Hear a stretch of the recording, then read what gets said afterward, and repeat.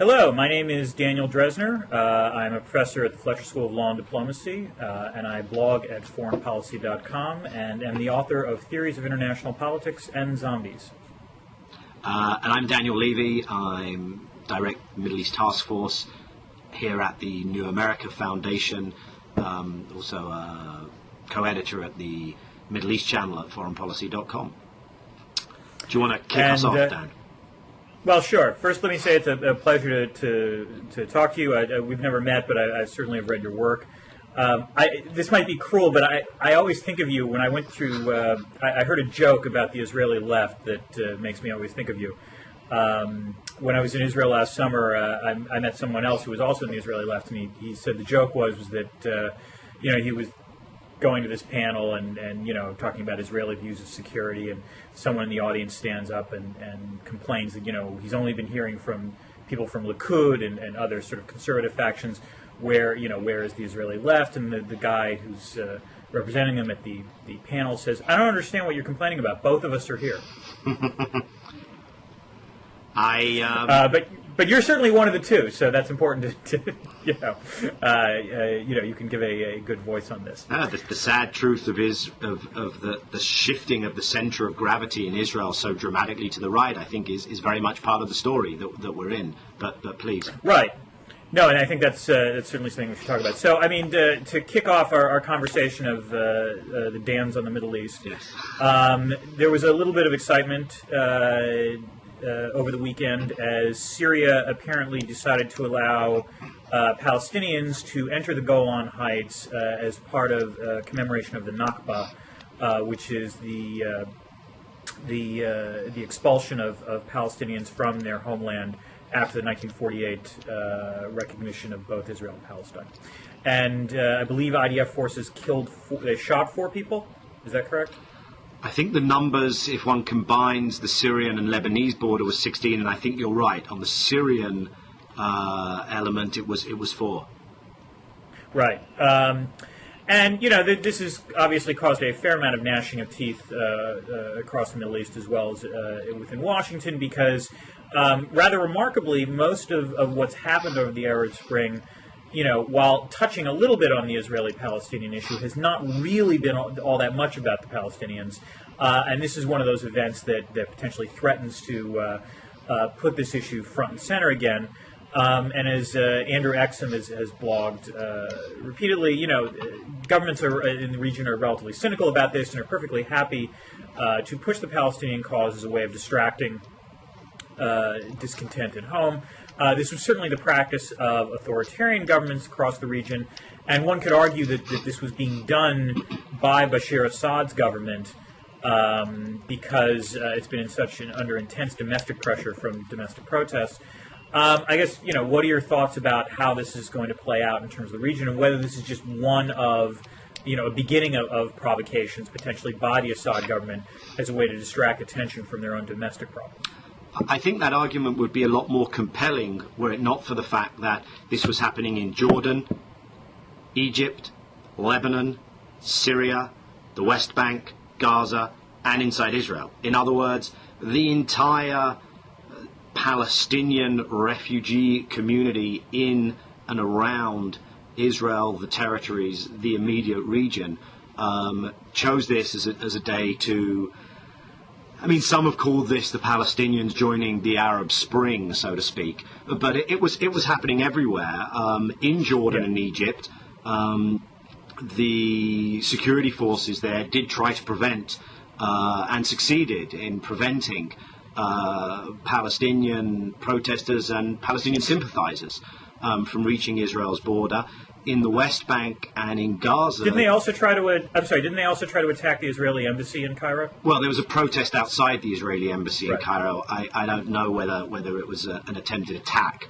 It was. No, I think there was tear. This is one of those Twitter things that I'm not sure is true or not, but I think tear gas was fired at that protest. Right. So I mean, the protesters were in some way attacked by the security forces. I don't know whether the protesters were themselves trying to breach the outer perimeter of the embassy. I just don't have that information. So I don't think one can say that this was a card being played here by the Syrian authorities. I think it's perfectly reasonable to conjecture that whereas in the past the Syrian authorities would have prevented protesters from reaching the border, this time they perhaps saw an interest in letting this happen, perhaps even encouraging it. But I think the point is that the encouragement wasn't needed. This is going on everywhere in the region.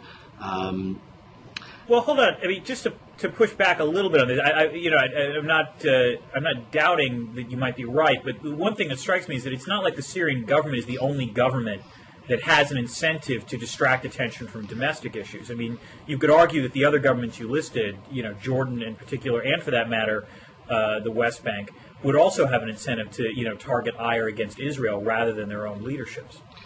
Well, but the Jordanians did precisely the opposite.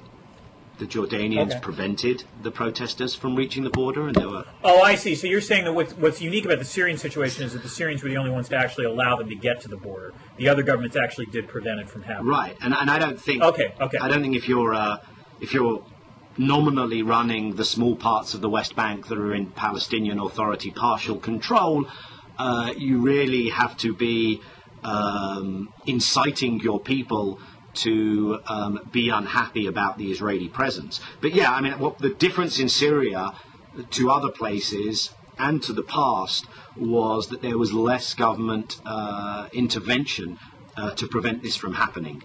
And, to be honest, I don't think this has changed the conversation in Syria. I think this was more to the extent to which there was a Syrian unique component to this, and I think it's a reasonable thing to suggest. It was more about sending a signal perhaps to Israel and to America by the Assad regime. Hey guys, remember how we've kept this border quiet for 30 plus years? If you don't want there to be a central governing authority which really runs things in Syria, and us running things in Syria, this is what you might expect to be coming down the pipeline. Which is a message that was, I mean, one already has the sense that the official Israeli side was not exactly full of enthusiasm for revolution in Syria, just as they weren't enthusiastic about revolution in Egypt. It sounds strange because, of course, Egypt, the Mubarak regime, was a partner for Israel in whatever Israel was trying to do. The Assad regime was not, but I think the common strand was that both would, as you say, cynically use the Palestinian issue, prevent Israel having to go out of its comfort zone on this issue because they themselves didn't want to go out of their comfort zone on this issue. Right. I mean, I guess you're right. I think the Israeli position on what's happened in the Middle East is basically they always prefer the devils they know to the devils they don't.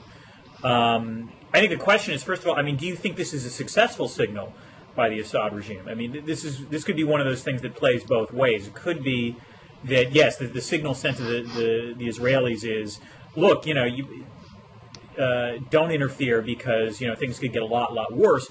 On the other hand, the other signal this could be sending would be, I'm desperate enough to actually allow Palestinians to go to the border, which means that my regime is much more fragile than you think, which I would imagine if I was the Israeli security establishment, I would start wanting to think about backup scenarios and contingency plans.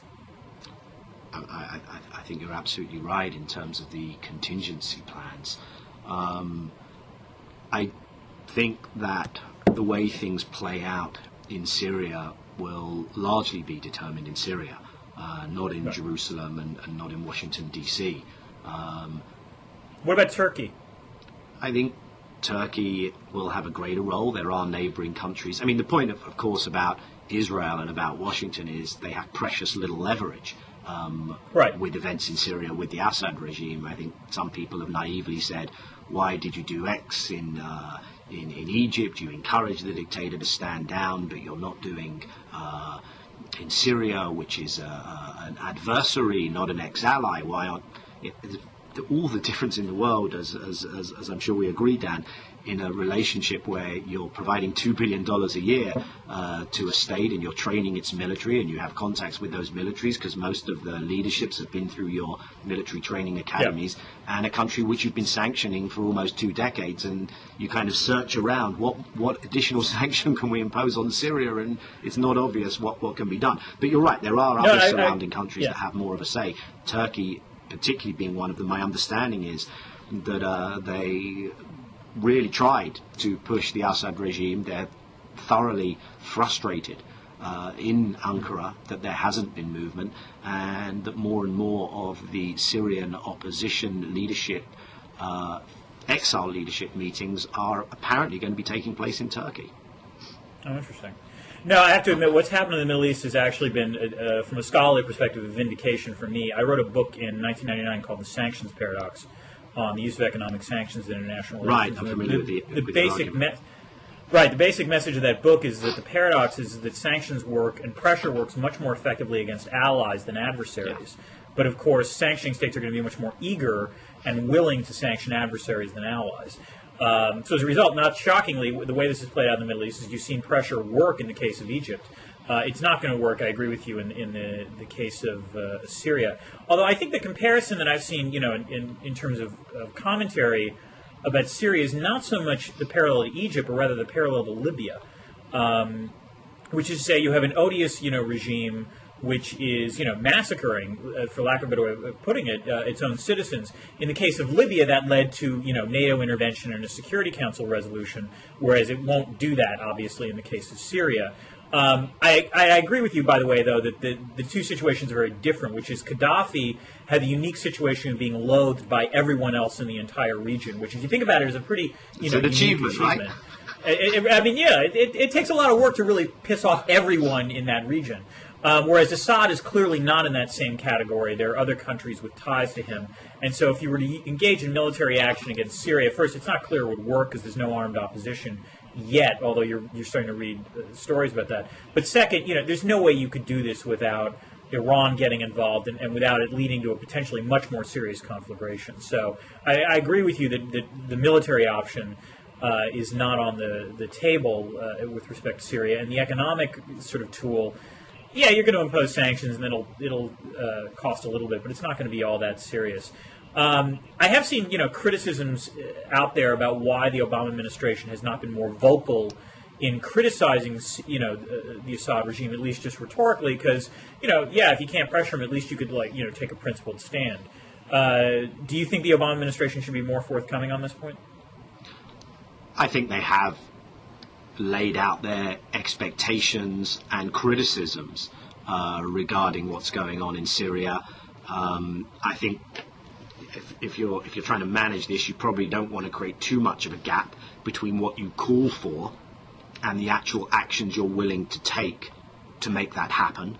And I also think they probably look at this and say, well, we're a little bit susceptible to the hypocrisy charge regarding Bahrain, for instance. But I think... there's total hypocrisy. Sorry?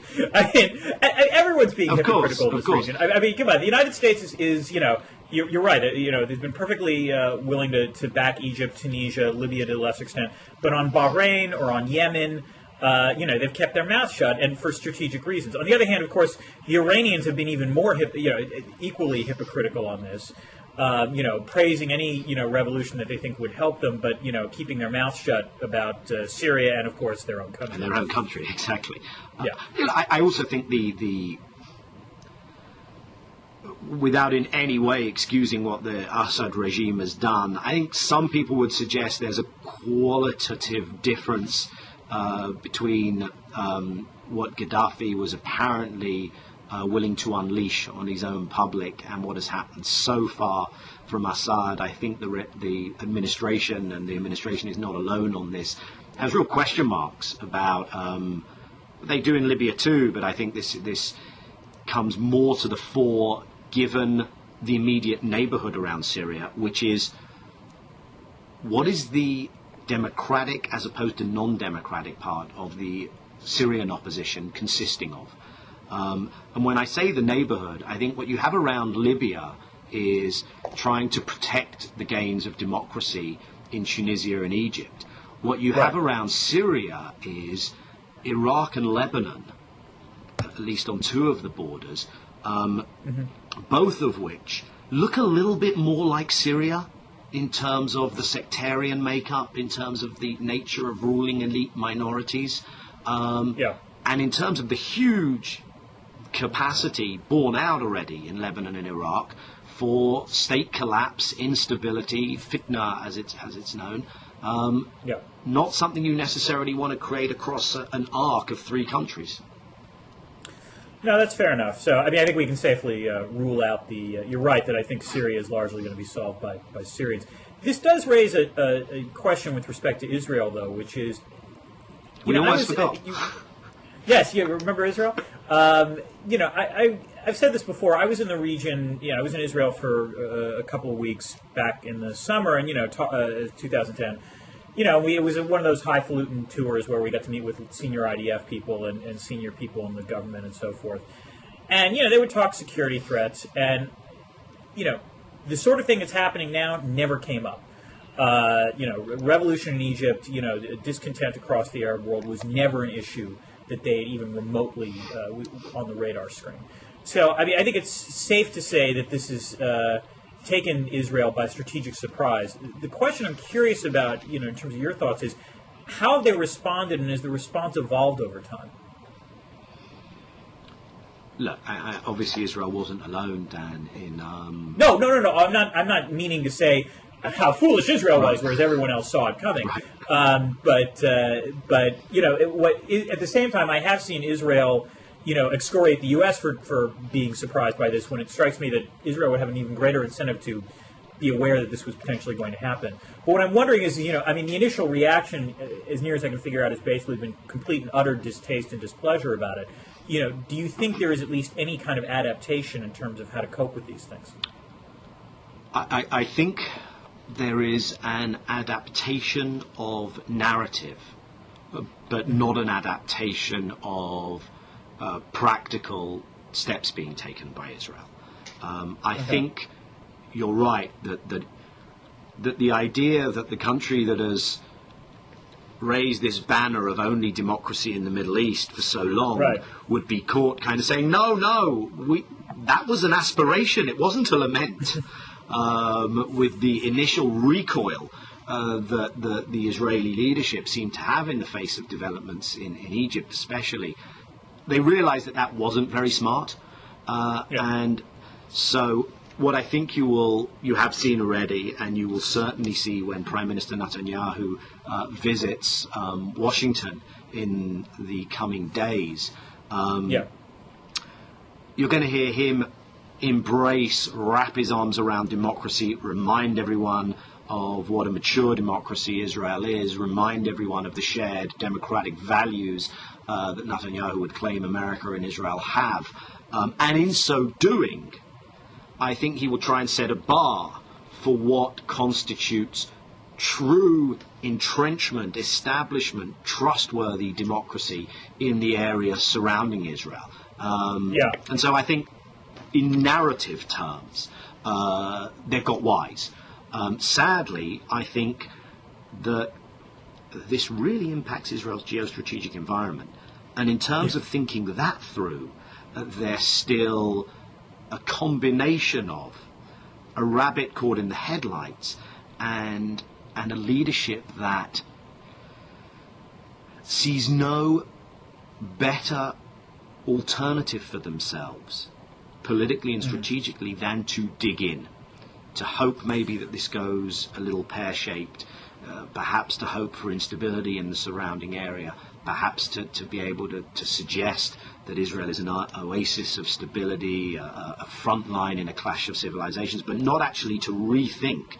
And I think this really came home to roost on Sunday, how much a rethink is in order with the events of Palestinians from inside, outside, all the surrounding neighbors, saying, hey, this freedom march is not going to pass us by. Just how urgent that strategic rethink is. I don't know how you're looking at that, Dan. I'd be interested. Well, I would say a few things. First, in terms of the narrative, that's not a... I mean, if I was Netanyahu, I would probably go with that same narrative, because you could make the case from the Israeli perspective to say, look, we are still the only mature democracy in the region, and have you seen how democratic transition is playing out in Egypt right now? It's not playing out terribly well. There are ways in which, there's sectarian violence.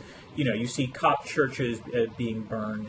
And furthermore, we know from international relations literature that democratizing states are in some ways the most dangerous and violent states to deal with, because they don't have, cemented institutions to cope with domestic pressure, and as a result, there is often a tendency towards the populist among leaders, which can lead to stupid decisions. So that's not necessarily the worst narrative to offer, particularly a U.S. perspective, because again, Egypt is the obvious case to look at, and the Egypt road to democracy. It's I think probably in some ways going better than a lot of people might have expected in January, but in other ways, there you can point to instances where clearly there is not such a thing as necessarily a mature Egyptian civil society, and therefore to say you've got to put your chips on Israel as well. In terms of the larger strategic question of how Israel copes with this, I mean, it strikes me that the bigger pressure point for Israel is less the region. I mean, because in some ways, I think one of the grand ironies about what's happened strategically is that there are two countries in the region that are really not happy with the United States right now, and they're Israel and Saudi Arabia, which are not countries that are traditionally thought of as being on the same page in terms of much. There are other geostrategic trends that I think probably benefit Israel, like the GCC extending membership to Jordan or offering Jordan a membership as well as Morocco. The notion that there will be this sort of Sunni bloc, to simultaneously oppose Iran and also impose democracy. So I think there are counter trends that, in other words, my advice to Israel would be not to panic, because there are ways in which, over the long term, they can still potentially keep the narrative they want. Now, that whether or not I want that from a U.S. perspective is something entirely different. But I think the other pressure, and this is something we were going to talk about, that I don't think they've handled terribly well, is this sort of been this stealth campaign, which is now not so stealth, by the Palestinians to acquire statehood. This has been the Palestinian Prime Minister Salam Fayyad's strategy for quite some time, which is the notion that, I don't care about the negotiations, I actually want to build Palestinian state institutions that can function. And now you're starting to see, movement by other countries recognizing Palestinians as an independent state, and they're going to go to the General Assembly to try to get that kind of recognition. And this is an arena that hits at Israel's sort of vulnerability, which is its sort of reputation in the international community, particularly in the United Nations, which is to say not good. And I'm not sure Israel has a response to that. I mean, I'm kind of curious how you think that they can respond to that. Look, I would agree with one caveat to your narrative on the democracy potential move that Netanyahu will make. I think the concern, certainly that myself and many Israeli friends would share, is Israel's own slippery slope that Israeli democracy is on, which is partly structurally determined by if you're going to maintain this kind of occupation. There are certain things that you bring on yourselves, but it's fascinating. Wait, can I push you on that? Because there's two separate issues here, which is the first one, which I agree with you, is the notion that Israel cannot, it becomes increasingly untenable for it to claim it's a democracy as an increasing percentage of its population has no rights whatsoever and is really under occupation.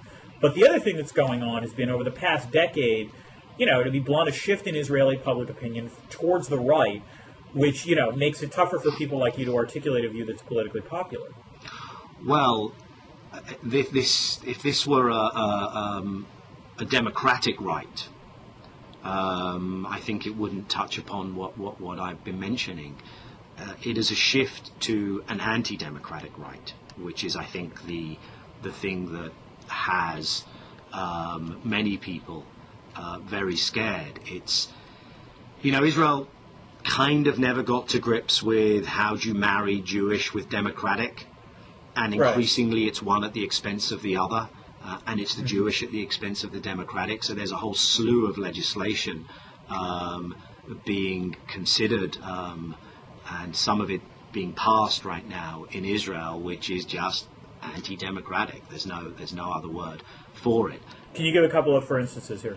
A couple of for instances, the kind of loyalty oath that would basically be addressed at Palestinians who would seek to become Israeli citizens. The very fact that a Palestinian in Israel, a full Israeli citizen, uniquely cannot take a spouse from overseas who is a Palestinian and have that spouse then go through the process of being able to become an Israeli citizen.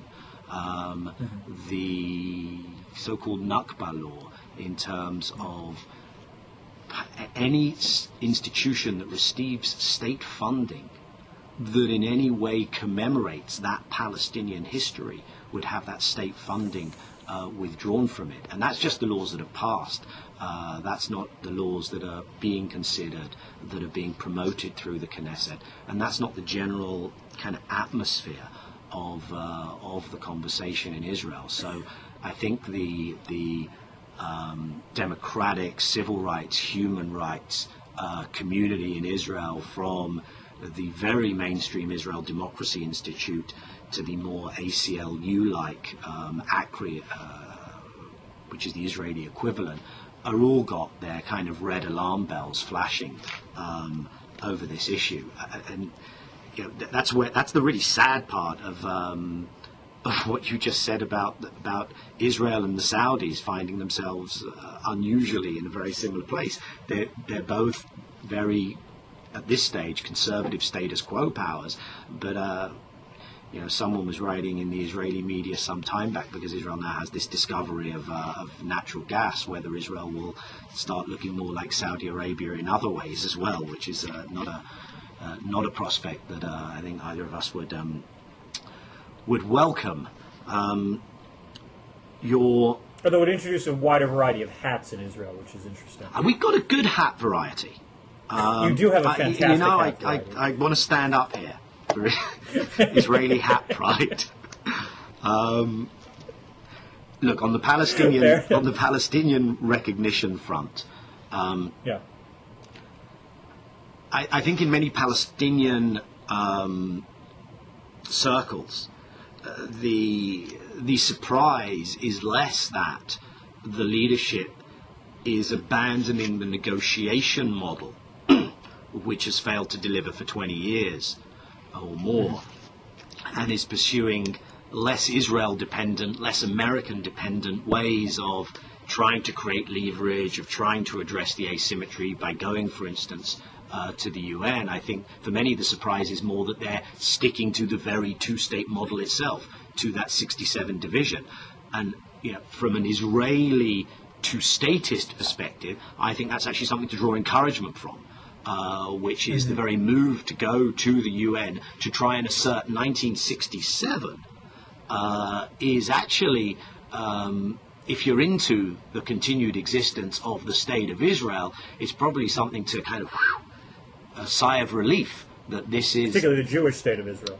Well, because it's the 67 lines. Yesterday, right, sorry, exactly, not yesterday. yeah. Sunday wasn't about the 67 lines, right? Right. Sunday was about 48. Yeah. No, so that's fair. And then, you know, Mahmoud Abbas obviously had an op-ed in the New York Times talking about the Palestinian push for statehood, and I believe he also mentioned the 67 borders. Well, Khalid Mashal talked about the 67 borders very explicitly when they had their reconciliation ceremony in Cairo, which doesn't mean Hamas has come round to a position that I would be comfortable with, but it means that you now have both of the major Palestinian movements quite unequivocally on the same page. Vis-a-vis how long is that? I guess my question is, how long is that going to last? Because, I mean, you know, the one message I got when I was in the region was that the two-state solution is still viable for a few more years, and then after that, the demographics just make it next to impossible, or make it increasingly difficult. And what's odd to me is that, you know, across the Israeli security establishment, there's an awareness of this, and yet a complete lack of any sense of how to get from here to there? I was with a very leading Israeli media commentator and personality a couple of days ago, and she was saying, actually, while kind of democracies seems to be moving nicely in the rest of the Middle East, in Israel, maybe we need a dose of military dictatorship, because the security establishment understands that there are steps we need to take that the politicians seem incapable of taking. Not something I'd necessarily welcome. In fact, I wouldn't welcome it.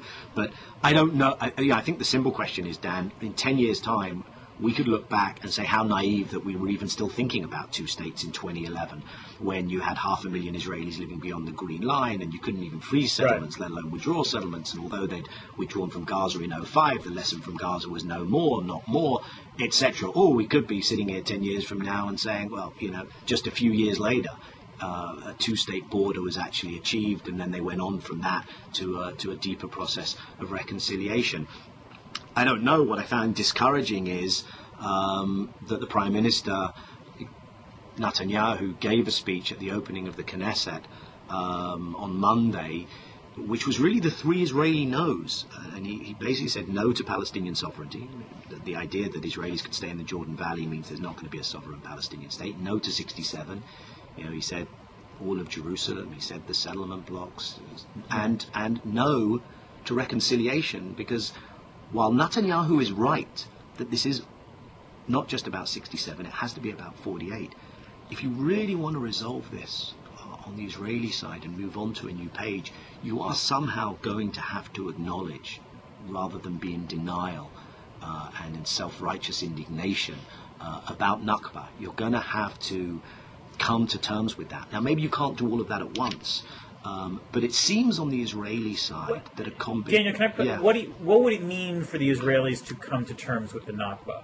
I mean, the one hand, there is absolutely no way that there can be a peace deal in which the Israelis acknowledge the right to return, right? I mean, I agree. That's a non-starter, across the spectrum. Yeah, they're in terms of the two-state deal, right. I don't think you have a Palestinian massive return. Right.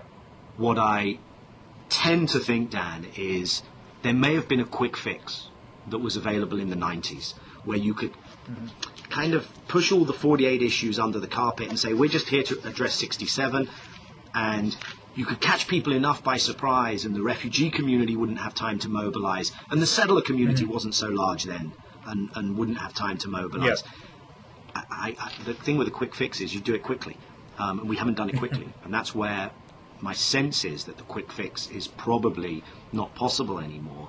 So I think either Israel, which is terribly difficult, and I up front acknowledge that, would have to do more in order to get less. In other words, pull back much closer to 67, less land swaps, but not get an end of conflict, an end of claims, full peace in exchange for that.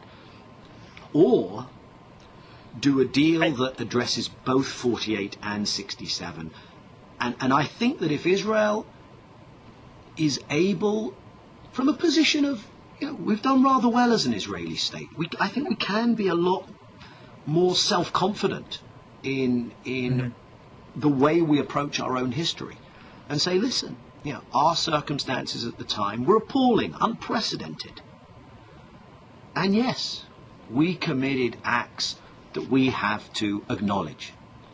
There needs to be a process of working through what we did, how we commemorate it, how we make good. That does not include people returning to homes that are no longer there, but that includes an honest accounting. And it also includes us acknowledging that the indigenous Palestinian Arab community that stayed in Israel, and that today is a community of 20% of the Israeli population, of over 1.5 million, has to be accorded full rights, has to be part of an inclusive, democratic Israel. And we acknowledge all those things.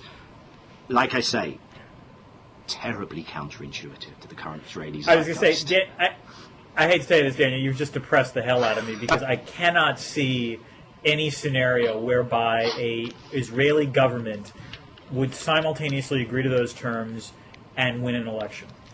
Which is why I think probably the more realistic way to get there is, first of all, which is also not at all easy, to do the more for less. In other words, to do that 67 plus minus withdrawal border dispensation, but not to say we're only going to do it if this constitutes an end of conflict, an end of claims, and if a totally dismissive Israeli attitude to 48 is met by an absolute Palestinian acceptance of Israel, Jewish Israel, etc.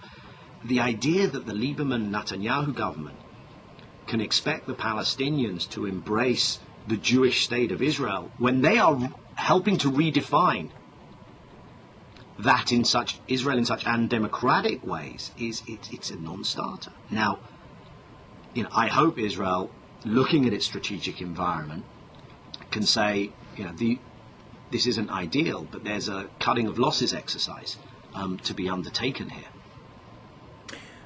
To what extent do you think, obviously, let's step back a little bit. We've been talking, so from the Middle East perspective, we should talk about it, I suppose, from the U.S. perspective a little bit. There are two things that are going to be, one which happened previously and one which is about to happen this week. George Mitchell resigned as the Obama administration's Mideast peace envoy. This led to a lot of jokes on Twitter, which is something to the effect of, well, he effectively resigned 18 months ago because nothing else has been done.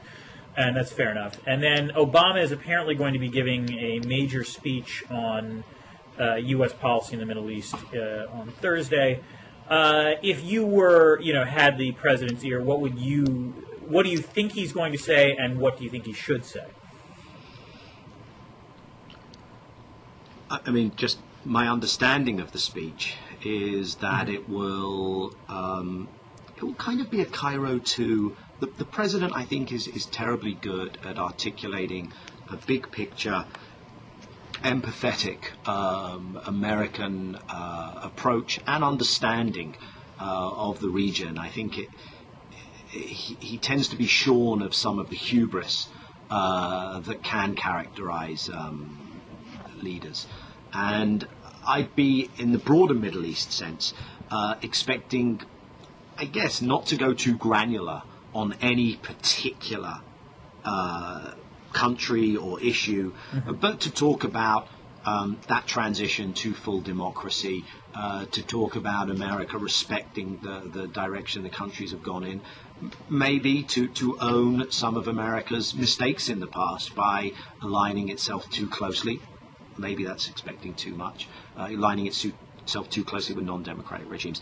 I'm not expecting anything programmatic on Israel-Palestine.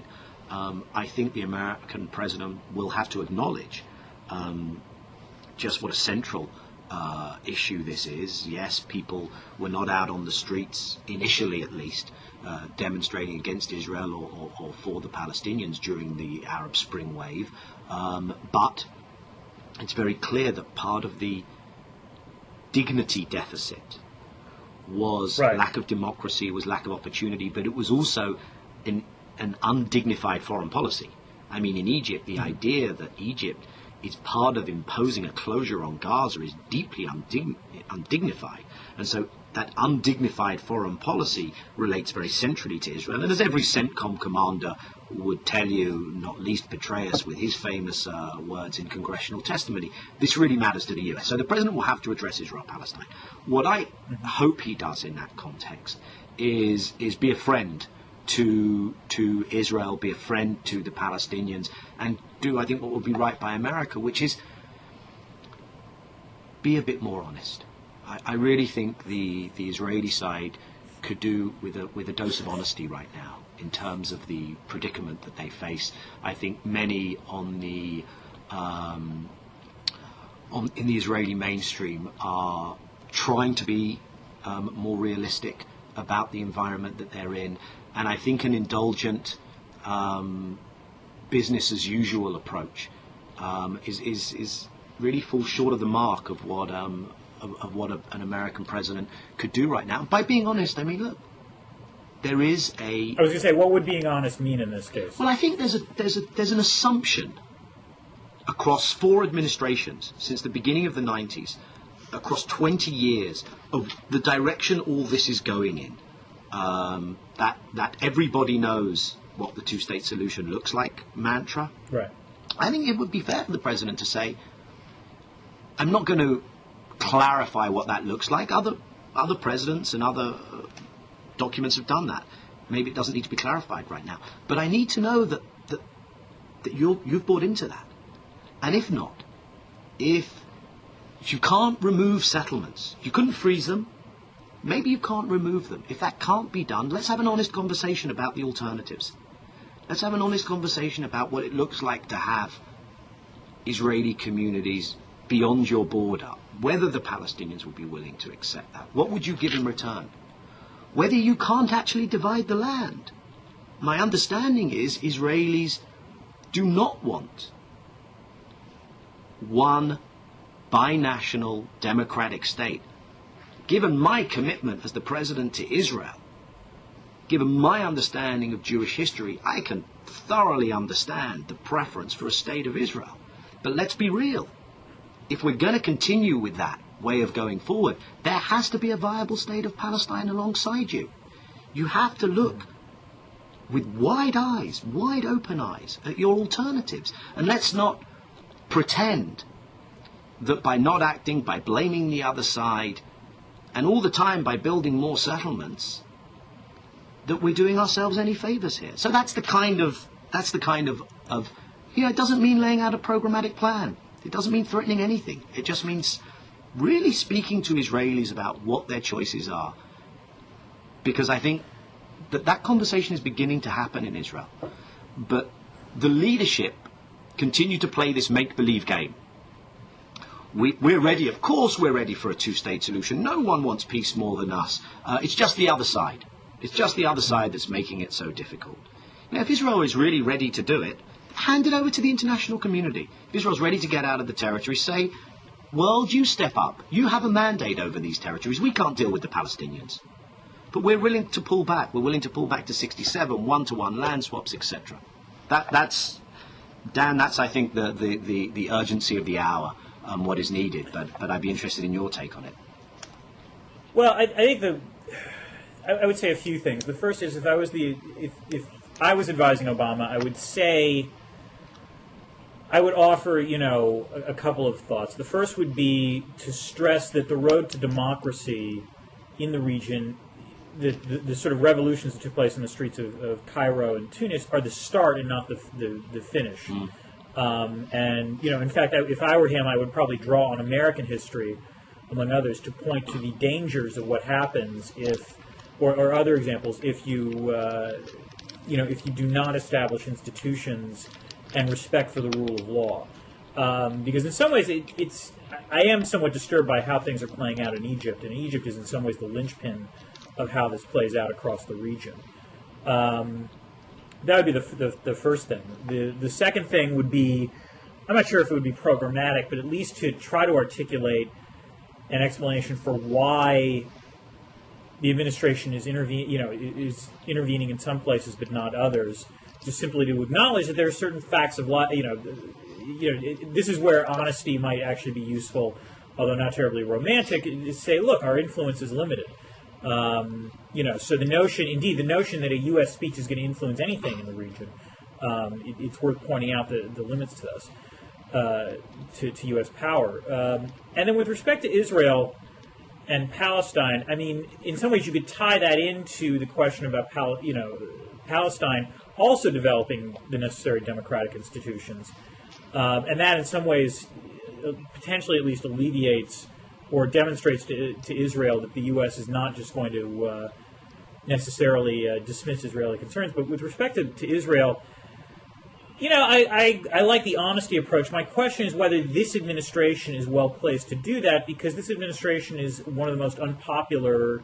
It's the most unpopular, I think, in the post-Cold War era in Israel, and therefore, to what extent, even if Obama says these sorts of things, will it just fall on deaf ears? Historically, I question whether that's the case. The Bush 1 administration, of course. Bush 1, you're right. That's the fair. Ford administration announced a strategic review after Israeli foot dragging on the disengagement. Well, I said post-Cold War. So post-Cold War. I'm sorry. I thought you said post-war. I apologize. No. Post-Cold War. and yet it's still the United States of America. And I agree. There's a consideration here to make of on balance. Does it get more dismissed or more listened to? I tend to think that given that you have to say something. And I would add one more thing, which is this is also an administration that has made multiple missteps in dealing with the Netanyahu government in ways that actually I think sabotage the peace process. For example, insisting on no new settlements, which is an entirely justifiable goal, but it basically boxed the Palestinians into a situation where they had to insist on the exact same thing. Look, where I have to differ on that is the peace process was finished. The mistake of this administration, I think, was basically to come in and say, we're smart diplomats. We can take the same ingredients, but make a fabulous meal out of them. Rather than say, you know what, you don't have to just be smarter, because obviously any administration thinks we can do it better than the other folks. Yeah. You have to look at what's not worked here. I mean, the jury was in on the peace process. Oddly enough, I disagree with you. I mean, you're right that I think that was a mistake, but that actually wasn't the mistake. The mistake, which to be fair, I think the entire U.S. strategic community made, or a lot of them did, was the belief that the Israel-Palestinian issue was actually at the crux of the problems of the Middle East. And if there's anything that I think the Arab Spring has revealed, it's that was not necessarily the case. I think that's a straw man. I think the argument was... I don't think so. I think the argument was and remains that the Israel-Palestine issue is central to everything else going on. I don't think anyone thought that if you solved Israel-Palestine, everything else magically falls into place. But I do think, and I think this continues to be the case, if as America, because America has a unique role in the Israel-Palestine issue, as America, if you line up on the wrong side of Palestinian freedom, if you're seen to be the great facilitator of Palestinian occupation, dispossession, whatever, that really puts a spanner in the works for anything else you might try and do. And I think we're seeing that. I think America's ability to navigate a path with an Egypt that has a more independent foreign policy could be overly circumscribed by the Israel piece of this. Whether it's taking a more deeper breath when it comes to the involvement of the Muslim Brotherhood in politics, or whether it's just... So anyway, I mean, I think that... I would push back a little bit. I say this after having read... I remember Obama's foreign affairs essay that he wrote in 2007 on the Middle East. And, saying that everything revolved... I think the central node, he really did think it was Israel-Palestine. And, no, obviously, he didn't think that if you solve that, everything else falls into place. But he thought that if you solved that, or, made headway on that, a lot of things fell into place. And I'm not sure that's the case anymore. But I think there's a difference here that I think is important to draw out. And it's between the centrality of the issue in the region, and I think there it is central, but I also wouldn't too much overstate the case, and the centrality of the issue in terms of America's ability to interact with the region. Because I think that's a fair... The U.S. has greater leverage on that issue. And the U.S. is more trapped, but also the U.S. If the U.S. can't solve this issue, and if the issue remains unresolved, and if America is so much seen through the prism of how it intervenes on this issue, being the one country that voted against a Security Council resolution on settlements, constantly carrying water, not for an Israel that's a reasonable ally, but carrying water for the Israeli occupation, seeming to carry water for the ongoing Palestinian grievance narrative. That, I think that's what so shrinks America's ability to get things done in the region. And I think that was a realization that, as many people have adhered to for many years.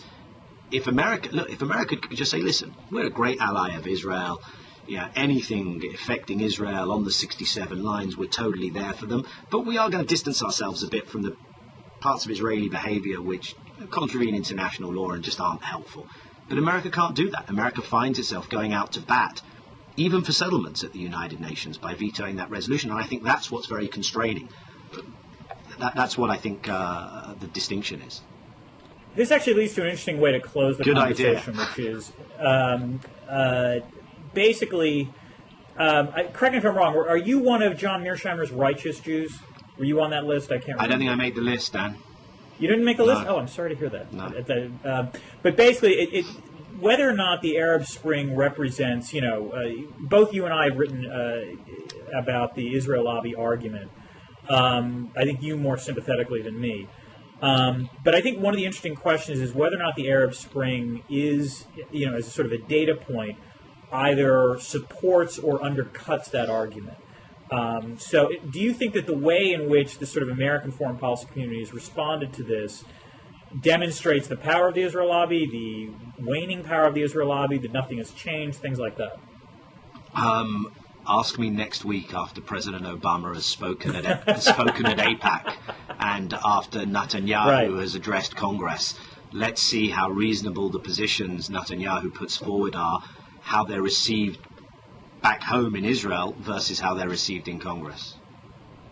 That was very artfully ducked, and I think that's actually a nice way of closing, though. We will see how these things play out over the next week. Daniel, it was a pleasure to have this conversation. Great pleasure. Thank you, Dan. All right, cheers. Bye-bye.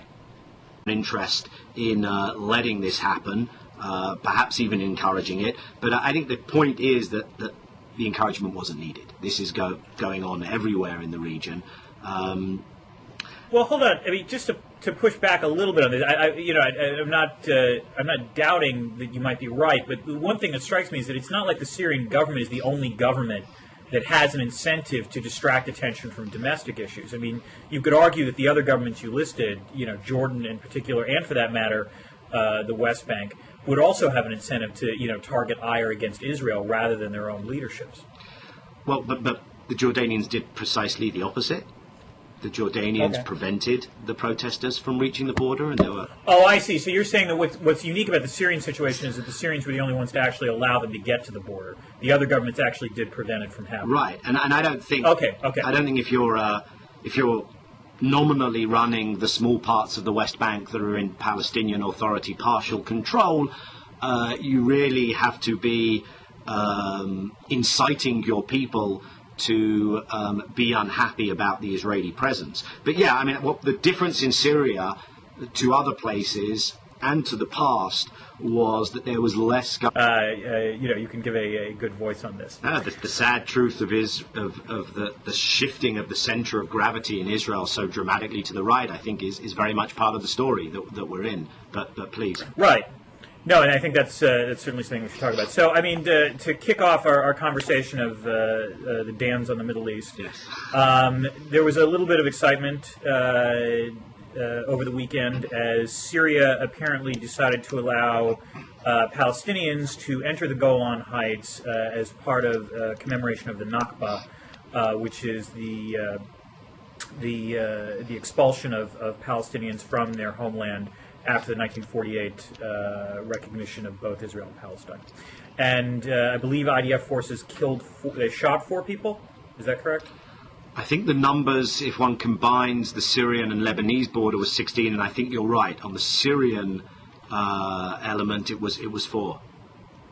Right. And, this has obviously caused a fair amount of gnashing of teeth across the Middle East as well as within Washington because, rather remarkably, most of what's happened over the Arab Spring, while touching a little bit on the Israeli-Palestinian issue, has not really been... All this, the Palestinians joining the Arab Spring, so to speak. But it was happening everywhere.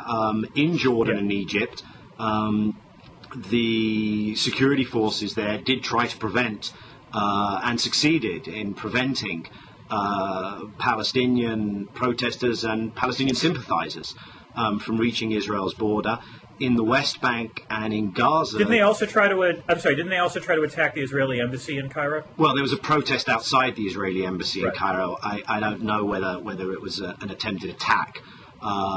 It was... No, I think there was tear... this is one of those Twitter things that I'm not sure is true or not, but I think tear gas was fired at that protest. Right. So I mean, the protesters were in some way attacked by the security forces. I don't know whether the protesters were themselves trying to breach the outer perimeter of the embassy. I just don't have that information. So I don't think one can say that this was a card being played here by the Syrian authorities. I think it's perfectly reasonable to conjecture that whereas in the past the Syrian authorities would have prevented protesters from reaching the border, this time they perhaps saw it all that much about the Palestinians. And this is one of those events that potentially threatens to put this issue front and center again. And as Andrew Exum has blogged repeatedly, governments in the region are relatively cynical about this and are perfectly happy to push the Palestinian cause as a way of distracting discontent at home.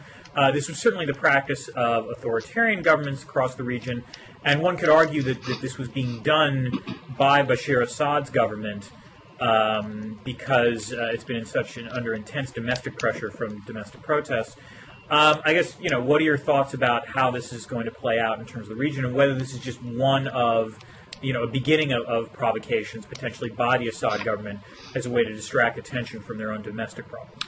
I think that argument would be a lot more compelling were it not for the fact that this was happening in Jordan, Egypt, Lebanon, Syria, the West Bank, Gaza, and inside Israel. In other words, the entire Palestinian refugee community in and around Israel, the territories, the immediate region, chose this as a day to, some have called.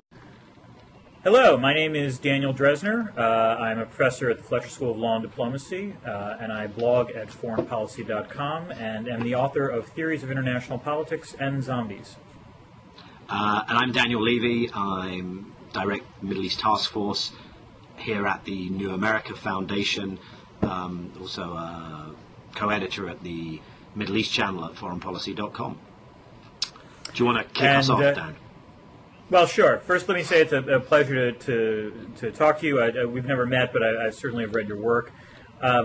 This might be cruel, but I always think of you when I went through.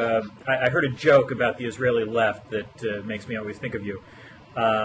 When I was in Israel last summer, I met someone else who was also in the Israeli left, and he said the joke was that he was going to this panel and talking about Israeli views of security, and someone in the audience stands up and complains that he's only been hearing from people from Likud and other sort of conservative factions, where is the Israeli left, and the guy who's representing them at the panel says, "I don't understand what you're complaining about. Both of us are here." But you're certainly one of the two, so that's important to